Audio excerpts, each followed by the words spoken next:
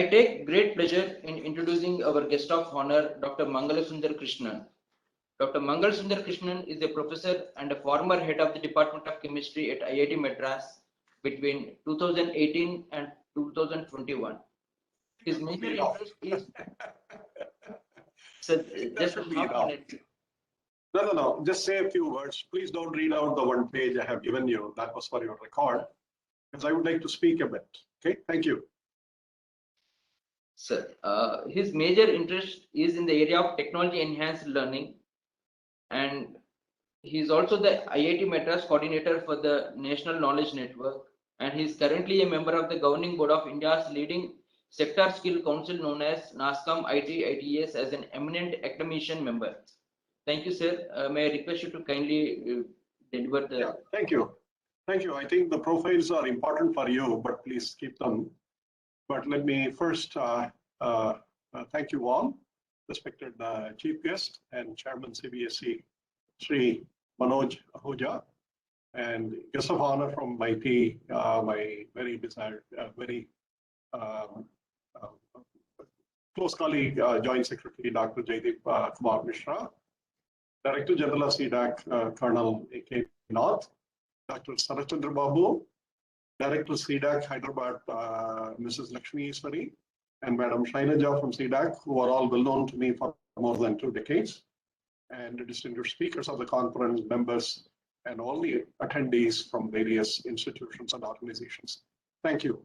It's my pleasure to participate in this as a guest, and this is the continuing national conference on e-learning and e-learning technologies, and I've been with you one way or the other for more than 15 or 18 years, almost from the time I joined IIT Madras about 20 years ago, 25 years ago.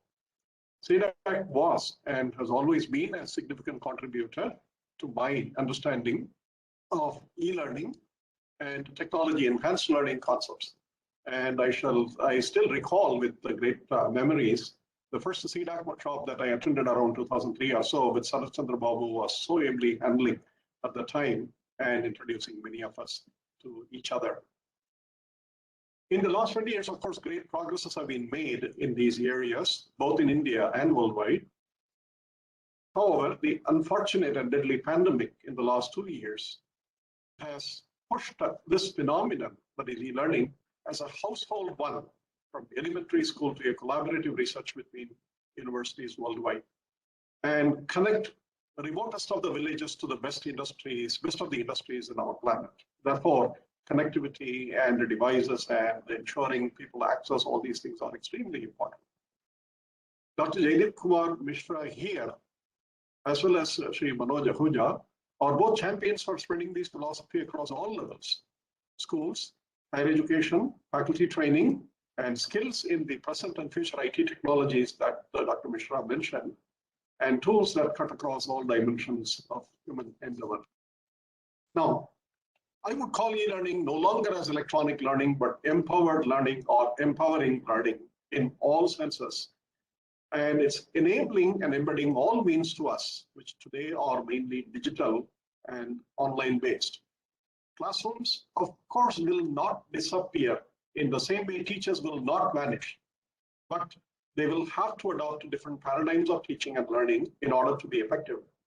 So many tools that we need have already been developed by C-DAC and others, as was given in detail by Sri Nath. Small learning groups are, however, most important for us to remain effective and also ensure that teaching and learning is based on peer groups, but guided by the teachers who are no longer sages on the stage, but will be guided by the sites.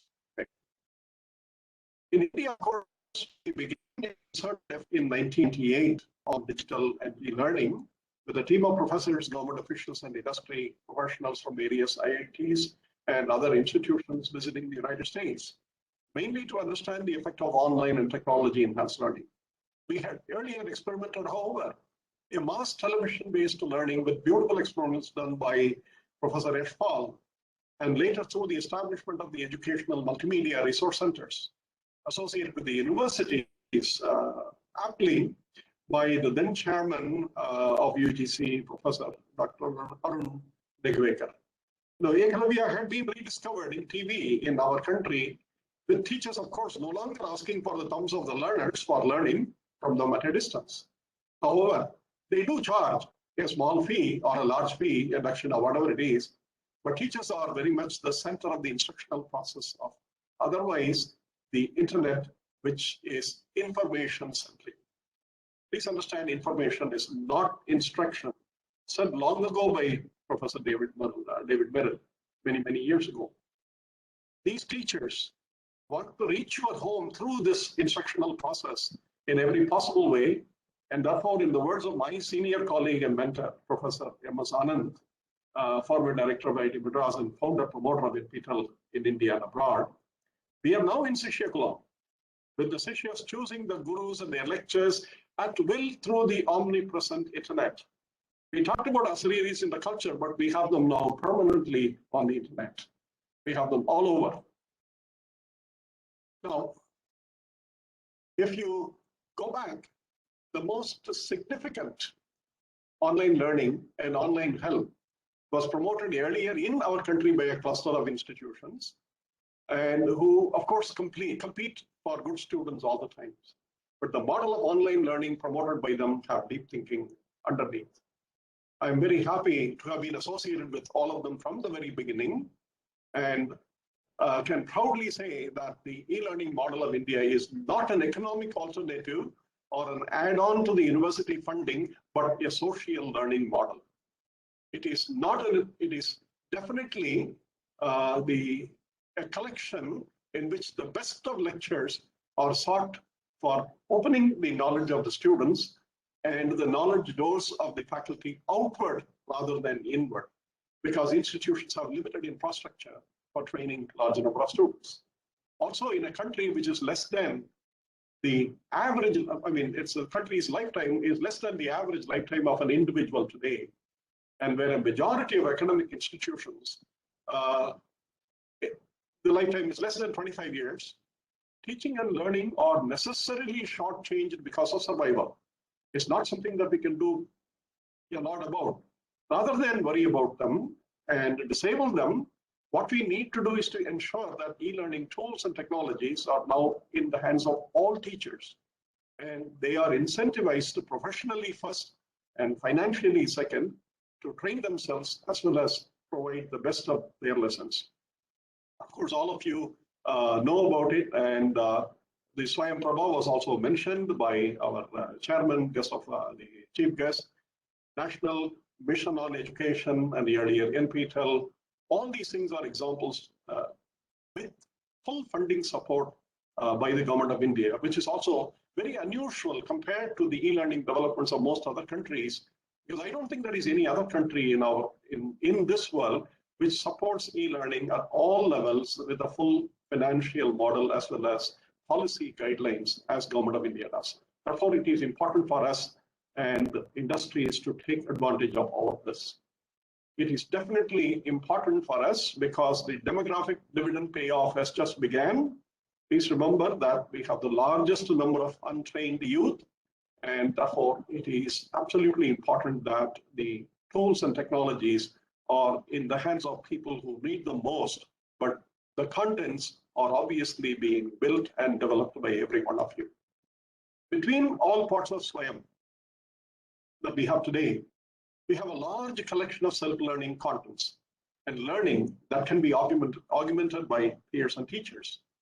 See, all these things are dreams in 2003 when we wrote the proposal.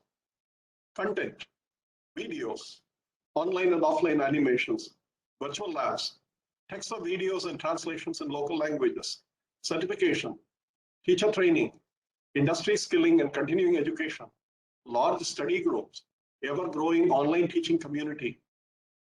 We have all the content being built up now in larger numbers, and C-DAC has all the tools to ensure that the learning is integrated with the tools and the technologies.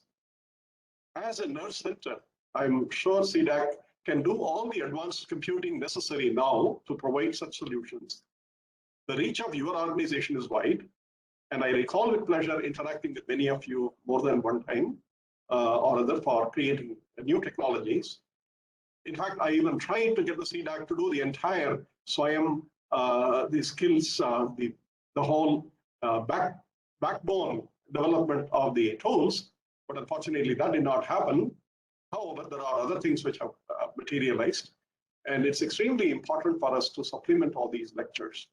Universities and academic institutions need to be enabled to provide such opportunities to teachers and students where they are not able to, if they are not able to create the necessary training materials online, they should be able to access what is available. Currently, the last item I would like to mention, as Dr. Jaideep Kumar Mishra said, IIT Madras has launched a Digital Skills Academy, and currently we have about 20 to 30 different training courses and modules. And the learners for these courses come from all sectors, teachers, students, and professionals, and companies wanting to reskill and upskill their employees, government department wanting to reskill some of their employees. And the teachers of these programs are a combination of faculty from the institutions as well as industry trainers. In a separate forum, of course, I will give you the details, but effective e-learning tools are very much in need of training large numbers without quality compromise. That's an uphill task since quality and scale are orthogonal in general. However, it's possible to remove this fundamental block effectively through all the tools and technologies. Some of us will continue to work in this direction, and many of you are most welcome to join and experiment. Our country is on a vast and is on a very exciting journey, finding itself connected now by 30 to 40% online anytime, but nothing less than 100% can be a goal for us. I would like the last statement of the third principle that Sri Aurobindo mentioned. I think I would like to read from it. The third principle of education that Sri Aurobindo mentioned many, many years ago is to work from the near to the far, from that which is to that which shall be. It means that it is God's arrangement that they should belong to a particular nation, age, society, that they should be children of the past, possessors of the present, creators of the future. The past is our foundation, the present our material, the future our aim and summit. Each must have its due and a natural place in the national system of education. And I believe the series of conferences and activities and the tools and technologies that C-DAC has been developing in the last 20, 25 years is fulfilling those needs and hope that everyone in India learns. Thank you. And I want to thank you for the opportunity for permitting me to speak some of my own mind. Thank you very much.